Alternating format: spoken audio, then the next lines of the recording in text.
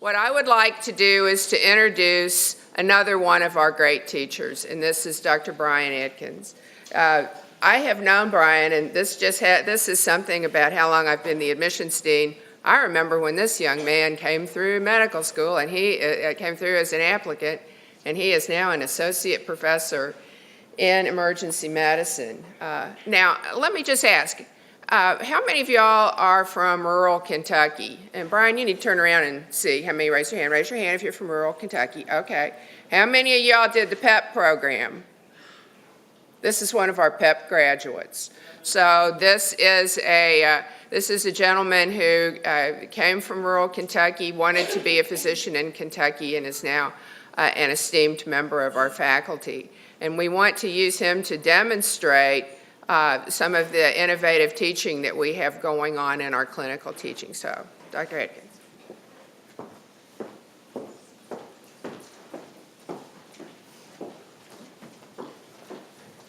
First of all, let me say, whoo! Because that last one was like Jay-Z came off the stage, dropped the mic, broke it, and I had to pick it up with a broken mic and make the rest of the concert because he blew it away. Suddenly I feel inadequate about my presentation and about my looks.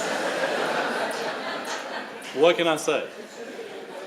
So, if I seem a little bit wired up, there's good reason for that. First of all, I worked the night shift in our emergency department, level 1 trauma center last night. Second of all, I'm all hopped up on Mountain Dew. Third of all, I'm really passionate and excited about what I'm going to talk about today. And that's innovations in our curriculum. But first of all, let me tell you this. January 1999, I was in this audience with my parents 16 years ago. Okay? I was a 21-year-old, senior in college. The Cats were the defending national champions. I was accepted to UK College of Medicine. Life was outstanding. One of the many reasons I wanted to come to UK for college, for medical school, was my first choice with a very innovative curriculum. It was much more time efficient than the other regional medical schools. We were the envy of them. But lots changed since then. 1999, I was carrying a backpack full of 15 or 20 pounds. A backpack, I'd only been using email for about 6 months, and that was pretty much standard. I was a year and a half away from my first cell phone, the Nokia CoM, flat cell phone. It had like you could play it had one little game you could play, like a mind game on it. That's what you could do. So let's just say, what I'm trying to say is a ton of stuff's changed. Everything's changed. Now I check my email about 10 or 15 times an hour.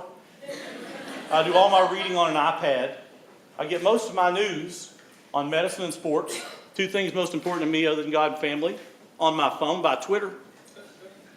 So everything's changed.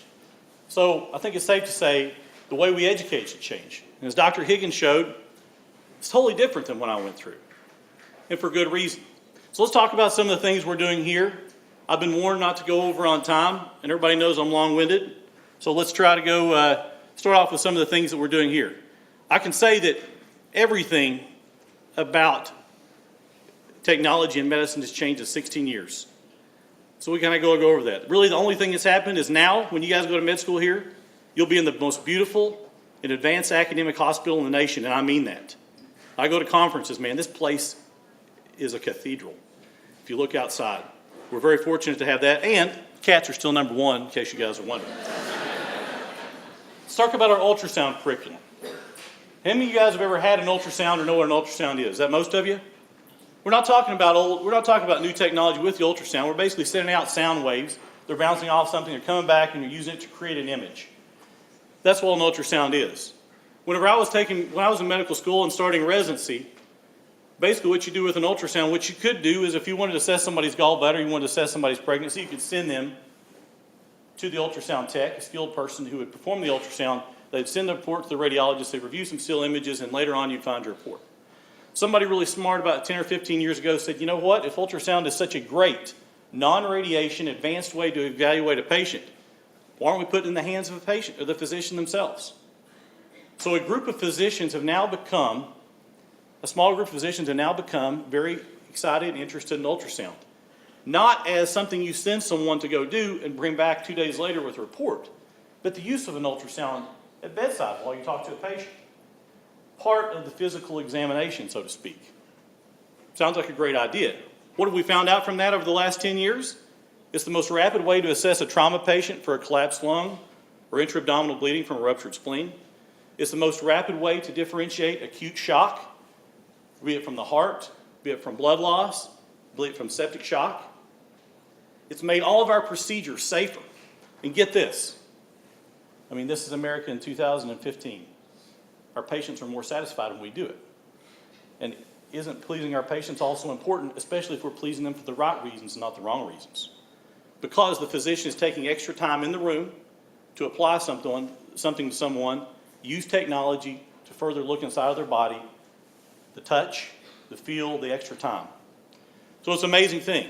I'm proud to say that we have one of, if not the most progressive, one of the most progressive medical ultrasound curriculums in our medical school.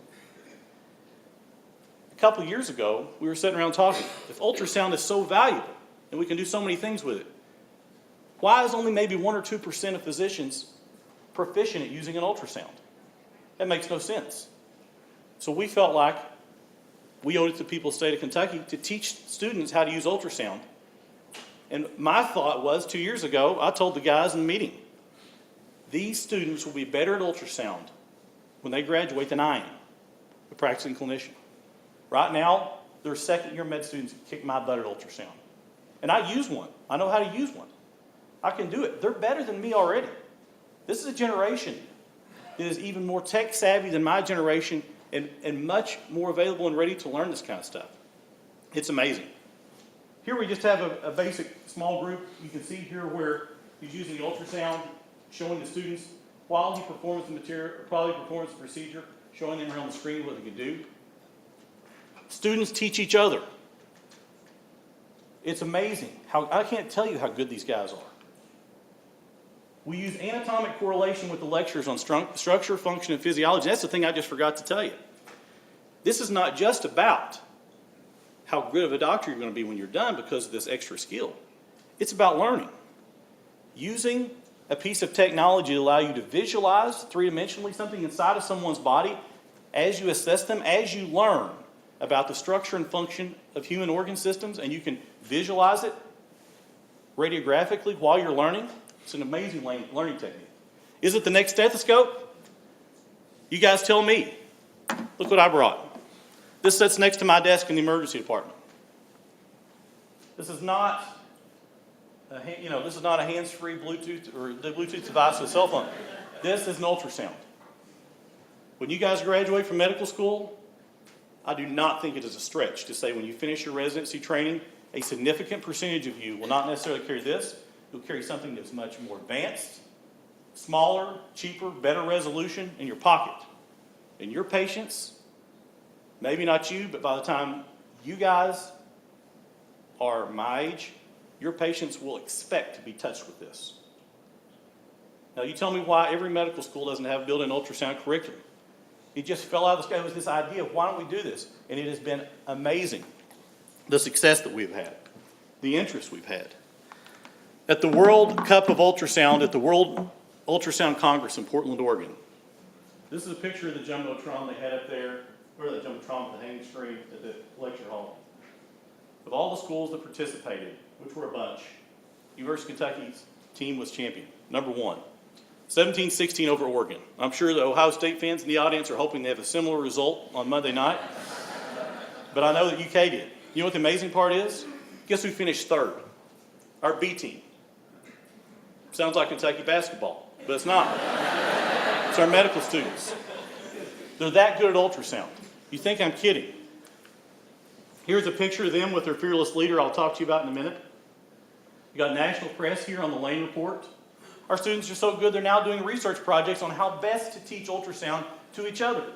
Here are two of our second-year medical students where they taught non-physician subjects how to perform ultrasound through video modules and assess them. And guess what they learned? You know who these non-physician subjects were? Pre-meds. They were you guys. Only maybe not as smart, necessarily, but they're the pre-meds. Here's what's blowing me away. And this is what you want to see.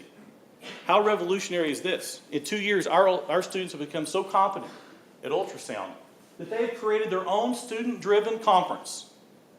We are now teaching medical students from other regional medical schools Our students are teaching them how to perform ultrasound and how to correlate it clinically with their information. UltraFest, any of you guys are going to be in town around April the 4th. We're going to have a display of machines, and our students are going to have their own conference. And I'm sure they'd love to see all of you guys. Why are we so good at ultrasound? First of all, we have an unbelievable progressive medical faculty here. Dr. Griffith, Dr. Feddick, for just example, were some of the best teachers I encountered when I went to medical school here. They've allowed us to have this opportunity to do something, take a chance on something that's really making a difference. And why else? This guy. He graduated from UK College of Medicine in 2007 from Stanford, Kentucky. Okay, this is not a Harvard grad from Manhattan. This is local homegrown kid. Unbelievable. The top medical educator in the world for ultrasound, period. I don't think it's even arguable. He has an app called the 1 Minute Ultrasound. And if you guys are interested in learning about ultrasound, you may download it. It's free. Over 100,000 people have. His iBook, Volume 1 and Volume 2 of Introduction to Bedside Ultrasound, iPad only.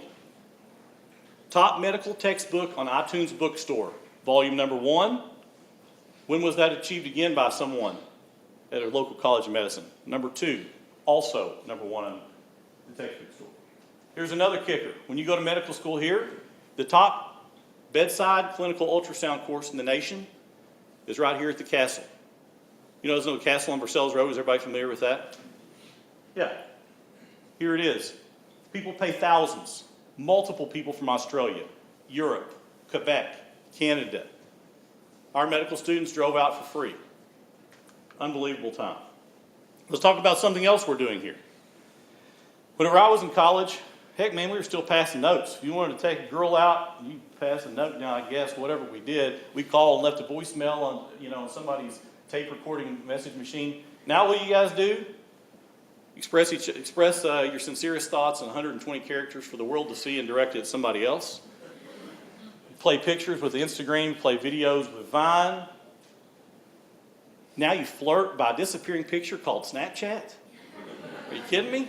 Regardless, this is the way this generation of students communicates. This is the way my medical students communicate. How do all the medical students get to know me so well besides my excessive availability down here to take care of them in the emergency department and hang out with them and work with them? Social media. They feel totally comfortable with me and interact with me constantly because of social media. Look at what we do in class. I take cases I see in the emergency department without patient identifiers, get permission from them, and I send out the case with a picture for visual diagnosis. Every Thursday at 12:15, I have over 100 students in the second year class that follow me. They're sitting on the edge of their chair like, oh my God, when the question's coming, refresh, refresh, refresh. Here comes the question. Then they direct message the answer back to me. They also direct message a lot of nonsense back to me. Here's a picture of Joffrey from the Game of Thrones, and he is, he's choking, and they said, this is my mother's face when she saw the picture that you just sent out. And comedy is rewarded. We'll talk about that later. This guy, they use it to brag, in the middle of learning. Oh, this looks like, this guy's got a picture of Ashley Judd kissing him at a basketball game, second-year medical student. Teamwork. Here's a group of them hanging out after a test. Here's a group of them at their volleyball. They take this Twitter challenge wherever they're at, and they reply, and they learn. What do you learn more from? When people shove a bunch of information at you at once, or when you give a clinically relevant case with a picture and hit somebody out of nowhere, they look at their phone and they say, that was an electrical burn on that guy's foot. First person reward, turn back, they become the champion. The person who gets the funniest pictures, the funniest GIF file, funniest video, most clever responses, did the humor Heisman. Well, here's from Step Brothers, but the reason this slide's up here is I send them out a Medscape link or some sort of an academic link where they can read about the thing after we talk about it. So you guys communicate by social media. Why not, if you're engaged by social media, why don't we use social media for some of our teaching? Here's something else I'm super passionate about. How many of you guys would like to see a doctor, be critically ill and see a doctor who has never taken care of that specific condition other than by reading about it before or watching someone else do it? Not me. Okay? That is why the medical simulator is amazing. What if I told you now the technology exists? You've got mannequins that breathe, mannequins with a pulse, mannequins that have seizures, mannequins that wheeze, mannequins that get unequal pupils, mannequins that get sick, and guess what? Mannequins that can die. And we put it there, and we work with the students, all connected wireless technology to the laptop. I can manipulate this guy to do whatever I want him to do. We can talk through a microphone to him. We do all that. And I bet you guys are thinking, oh, that's cute. They don't take it seriously. Let me tell you something. I've seen stumbling, shivering, shaking, sweating, near tears over trying to save a mannequin's life. Okay? You get a competitive group of people in there, and if you want to see a third-year medical student pee their pants, you'll drop the systolic blood pressure to 50 on a mannequin. And man, they are nervous. You see here's our sim lab. You can see my friend I stand right down here at the end, and they're going over a teaching topic there. He can be used to learn how to do airway techniques, sterile procedures. And it's a lot of fun. You can see here AJ is giving us while he's in the middle of his simulation. Now, are we good at simulation? Are we the champs at basketball? We're going to be. Are we the champs at ultrasound? Yes. Simulation, 2014. Here's a group of students and residents from the University of Kentucky. They won the National Sim Wars competition. And I expect the same stuff out of you guys when you go to school here. I've talked to Dr. Boulanger, who's the Chief Medical Officer, just today. And he said, Brian, I'm telling you, we've got this new office of medical simulation to go along with what we're already doing. And we're going to be the most advanced simulating college of medicine in the nation. And if you ever met him, believe what he says, because he's going to make it happen. We're running low on time, but I'll speak quickly about the next breakthrough. What's one of the biggest limits of medical education? You can't be with your student all the time. I'm not saying we're using this or we're doing this. We've done some work with this in the College of Medicine. Look at this. What if I could take Dr. Griffith, when I was a student, if Dr. Griffith could watch me from a distance without interrupting what I was doing, see what I was doing to evaluate the patient. Are you guys familiar here with Google Glass? It's got a screen in the corner. It's like you're there. It may have future implications for the way we can take care of patients. You can tell what he's looking at, the student's looking at here, he can see on the screen. We did a study on that this year. Medical students use Google Glass with instruction from an instructor to perform echocardiograms or ultrasounds of the heart without the physician instructor being in the room. Did it work? Yes, it did. And it was published in Annals of Emergency Medicine earlier this year. This may not be the answer. Google Glass may not be the answer. What I'm saying is we're looking at all ways and technologies to learn. This last thing I think we can breeze through pretty quick because Dr. Higgins has already covered it closely, but how best do you learn? Everybody's different. But we're very advanced with regards our ability to have Echo 360 and podcasts available to students at home so they can learn in the best environment they can learn on. In fact, our very own Matt Dawson has a podcast on ultrasound that all of our students follow that has 40,000 downloads per month. This is not a guy who's going to set up in an ivory tower that you're not going to see. This is the kind of physician like myself and these guys in the front row who you're going to work with every day. Congratulations on being accepted to UK College of Medicine. I'm absolutely thrilled to meet any of you guys. It is my passion. I cannot tell you what a wonderful experience I had here and what I expect for the future. I think it's just going to blow us away. We've got an unbelievable facility, and we've got all these new innovations, and I could go on with this forever, but Dr. Elam's tapping her foot down here at me right now, and we got 4 years to cover this stuff. Thank you all.